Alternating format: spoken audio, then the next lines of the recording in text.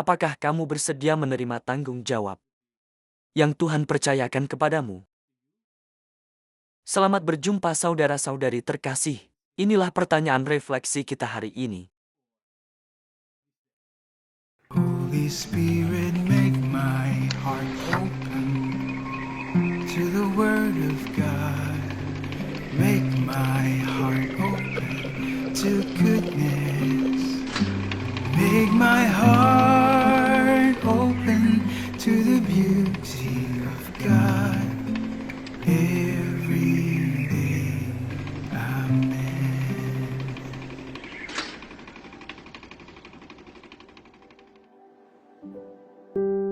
Tidak banyak yang tertulis tentang Santo Yosef dalam kitab suci. Karena itu, dunia mengetahui sangat sedikit tentang peran yang ia mainkan dalam karya keselamatan. Sesungguhnya, peran Santo Yosef adalah peran yang diam. Namun jika kita melihat lebih dalam, peran itu sangatlah besar. Ia menjadi suami Maria dan sekaligus pelindungnya. Maria bisa saja dirajam sampai mati karena mengandung di luar pernikahan. Pada awalnya, Yosef tidak ingin mengambil peran itu karena ia adalah orang yang benar. Namun setelah ia memahami bahwa keadaan Maria adalah karya Roh Kudus, ia melindunginya. Walaupun awalnya penuh ketakutan, ia menerima bahwa ia juga akan menjadi ayah bagi anak Allah, sebuah peran yang sulit ia fahami. Namun ia menerima panggilan itu dan percaya kepada Tuhan. Kebajikan Yosef sungguh mengagumkan. Ia adalah teladan ketaatan bagi kita semua. Menjadi suami Maria adalah tugas yang tampaknya mustahil. Ia harus menjaga kemurnian Maria. Memiliki istri yang muda dan cantik tentu bisa menjadi godaan. Namun pikiran yang melawan kemurnian dan kesucian bahkan tak pernah masuk ke dalam pikiran Yusuf. Karena itu, baik Maria maupun Yosef mampu mempersembahkan keperawanan mereka demi misi Tuhan. Yosef sering digambarkan sebagai seorang tua. Namun bagaimana mungkin orang tua bisa berjalan cepat ke Mesir? Bagaimana ia bisa menjadi teladan sebagai pencari nafkah jika ia sudah tua? Untuk menjalani hidup sebagai teladan, dibutuhkan seluruh kekuatan jiwa.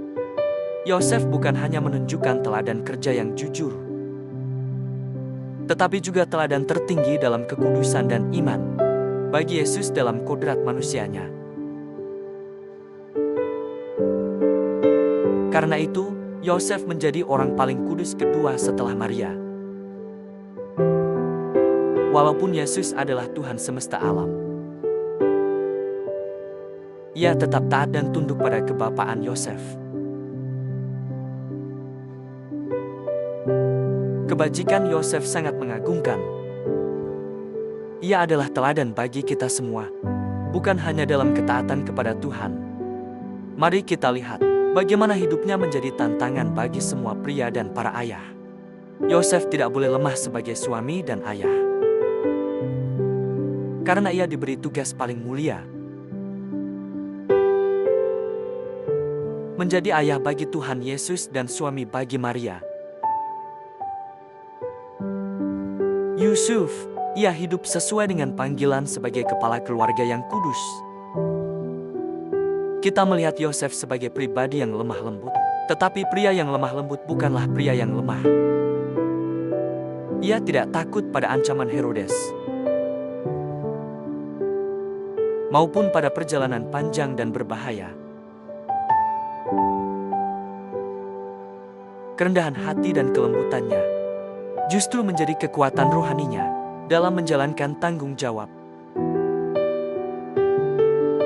Yosef membesarkan seorang anak yang berkenan di hadapan Tuhan.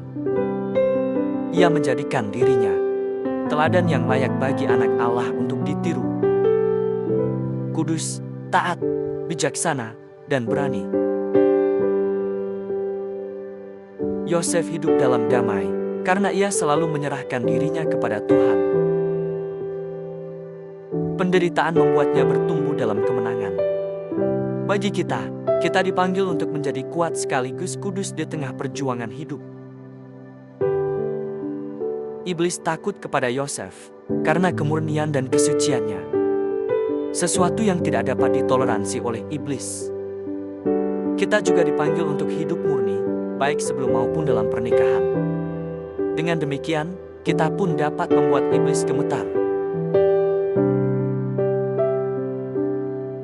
Dunia membutuhkan kekudusan seperti Yosef untuk melawan kejahatan yang merusak keluarga dan dunia. Karena itu, Tuhan sedang membangkitkan semangat Yosef di zaman ini, agar seperti yang memimpin keluarga kudus dalam misinya, ia juga membimbing para pria dan ayah masa kini untuk memulihkan keluarga yang hancur. Jika kita melihat Maria menampakkan diri di berbagai tempat, Tuhan juga ingin kita meneladani kebajikan Yosef, agar kehadirannya bukan dalam penampakan, tetapi dalam diri setiap pria dan ayah. Tuhan ingin melipat gandakan Yosef, yang menjadi ketakutan bagi para iblis di dunia ini. Mari kita berdoa. Dalam nama Bapa dan Putra dan Roh Kudus. Amin. Terima kasih ya Tuhan, karena Engkau mengunjungi umat-Mu kembali, terutama berbicara kepada kami para pria dan ayah, agar sungguh menjadi sumber kehidupan.